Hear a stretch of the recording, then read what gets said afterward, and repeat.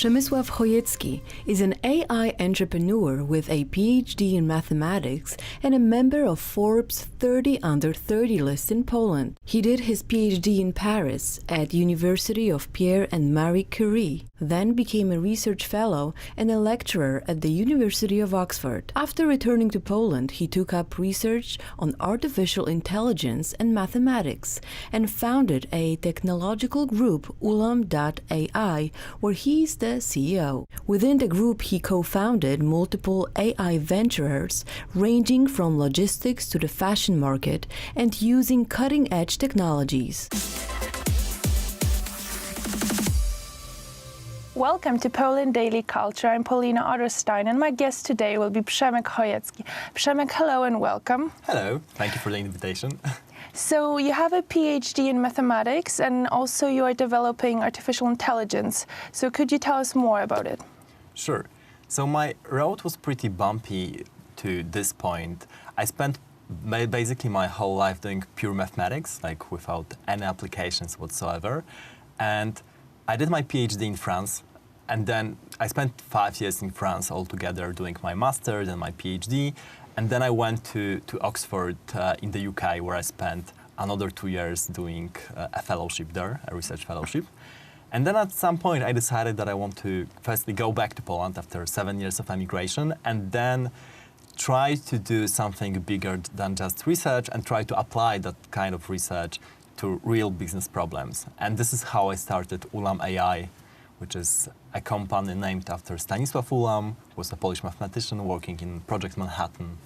That was a project concerned with building atomic bomb. And you mentioned that you lived abroad, so why did you decide to come back to Poland? I love Poland.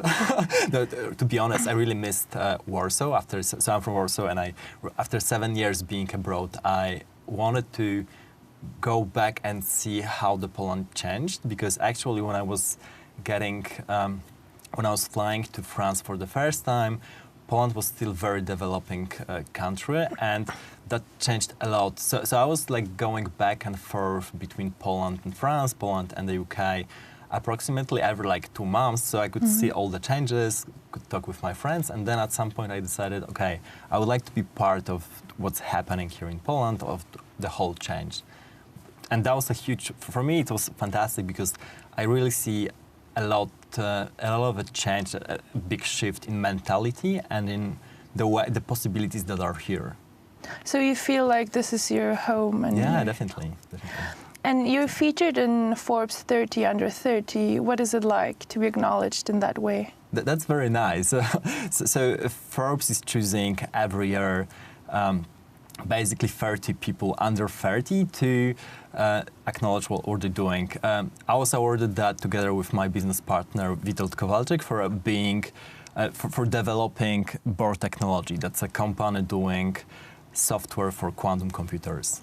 So that's like very hard. Of mathematics and physics. And you're not only involved in that, but you also write books and you do vlogs. Yes. And can you tell us something about that? I try to connect all the dots, but for me it's one picture that I have in mind. So my end goal is to be able to create artificial intelligence at the level of human being, which would help human as a companion in most mundane tasks. So that's a big problem, starting from big corporations to smaller companies, that you have many really annoying jobs that you would like to get rid of, like reading documents and like filling the tax forms, like stuff like that. So why not give all that to machines, to computers? So first of all, I have this business part, then I do research on artificial intelligence, and then the last kind of activity that I do is writing books. So far I have written 3 books. Oh, impressive. Yeah, so first 2 were that was basically about going back from abroad to Poland, because I was writing these books when I was in Oxford, and I was thinking whether I should go back, and those 2 books, they are called Bystry Potok and Plac Zbawiciela, are basically about coming back to Poland and what dilemmas of a young man, what would be the problems of actually coming back So I tried to answer that to myself. I answered that by writing a book. Then I published that thanks to Papierowy Motyl, that's the publisher here in Poland. And then the third book, which was pretty recent, it got out basically, I guess, like 4 months ago, is called Jak być 20-latkiem, or the English title, because there will be a translation, is How to Survive Your 20s. And That's interesting. Yeah, so that's a book which I also have written for myself, basically as a gift for my 30th birthday. I wanted to summarize the third decade of my life. So it's like a diary. It's kind of like short essays on different aspects of life, but basically about what didn't go well. It's not like I'm not trying to be a coach. I'm not trying to guide anyone saying, oh, you should, look at me. I have made this mistake. So it's not a positive book. It's more... it is positive in the general picture, but it's not positive in the sense that I'm not giving anyone guidelines of what should be done. I'm rather saying that, hi, I did that and it didn't work out. Think about it. Maybe you can do it differently. Maybe I did something wrong. So there are like many reflections around both from business perspective to relations, to with people, to romantic relations, to journeys, to trips. So all that is covered. And yes, sorry. And it's fantastically illustrated by my friend Kasia Sura. So I just wanted to mention her. And the premiere of the book in English will be probably this month or next. So also abroad, not only in Poland. Yeah. So I plan to publish this book on Amazon, so it will be worldwide. Worldwide, yeah. So what are your friends' comments on this book? Because probably a lot of your friends have read it, who are also struggling. Or parents, friends. Yeah. So actually, depending on the age. So I guess I heard like many positive comments from especially younger friends who are entering their 20s and like in the first half of their 20s, and they really like it. So, but like always, there are like critics and positives. Yes. So people understand your point of views and can relate to them as well. To most of it, because my point of view is very particular in the sense of self-development is very important, and there are like many different struggles of trying to develop myself internally, and that's also accounted for in the book. And the one called Plac Bawiciela, could you tell us something again about it? Yeah, sure. So there's no relation with the film, which you probably have heard of. It's all about the place. So the Savior Square, Plac Bawiciela, in Warsaw is a famous place for different cafes, which I love personally. I live around the corner, basically. And I really spend there a lot of time reading, writing, thinking. So that was an important place for me. So when I was in Oxford and I was thinking about Warsaw, I was thinking about Plac Bawiciela and how great it was to actually sit in a cafe and look at all those people coming by. It's also like, for me, a place which illustrates Poland, because if you look at the building around Plac Bawiciela, then you actually have everything from communistic buildings to old villas, to the modern building with the bank in it, to the church. There's absolutely everything in it.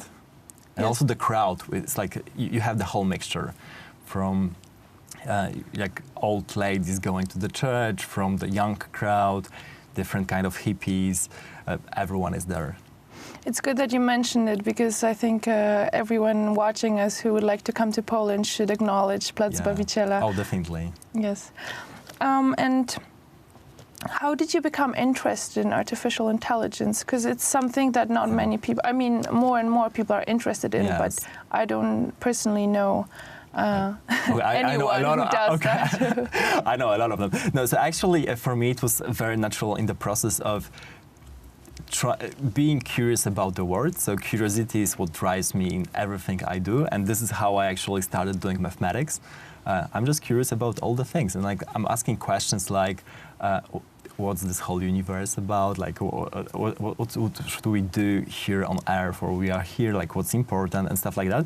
And that brought me to questions about artificial intelligence, because you quickly, when you think about the nature of work, what is being done, what can be automated, then you might start to think that okay, maybe we as humans shouldn't be doing all those kind of stuff. So we have already a lot of things are done by machines in terms of like manufacturing, of like industrial things, but maybe also part of our creative thinking can be automated.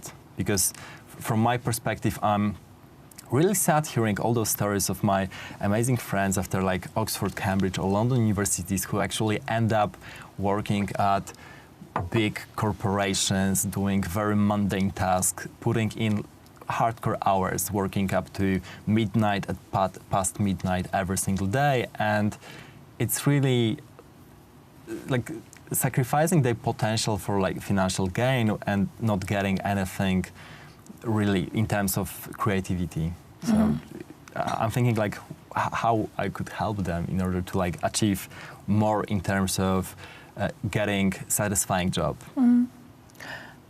So that's like why I went to artificial intelligence. It's all about thinking about how I can automate different aspects of our reality so that it's easier for human to have a satisfying life. Okay, thank you very much, Przemek. It was very interesting talking to you. Thank you.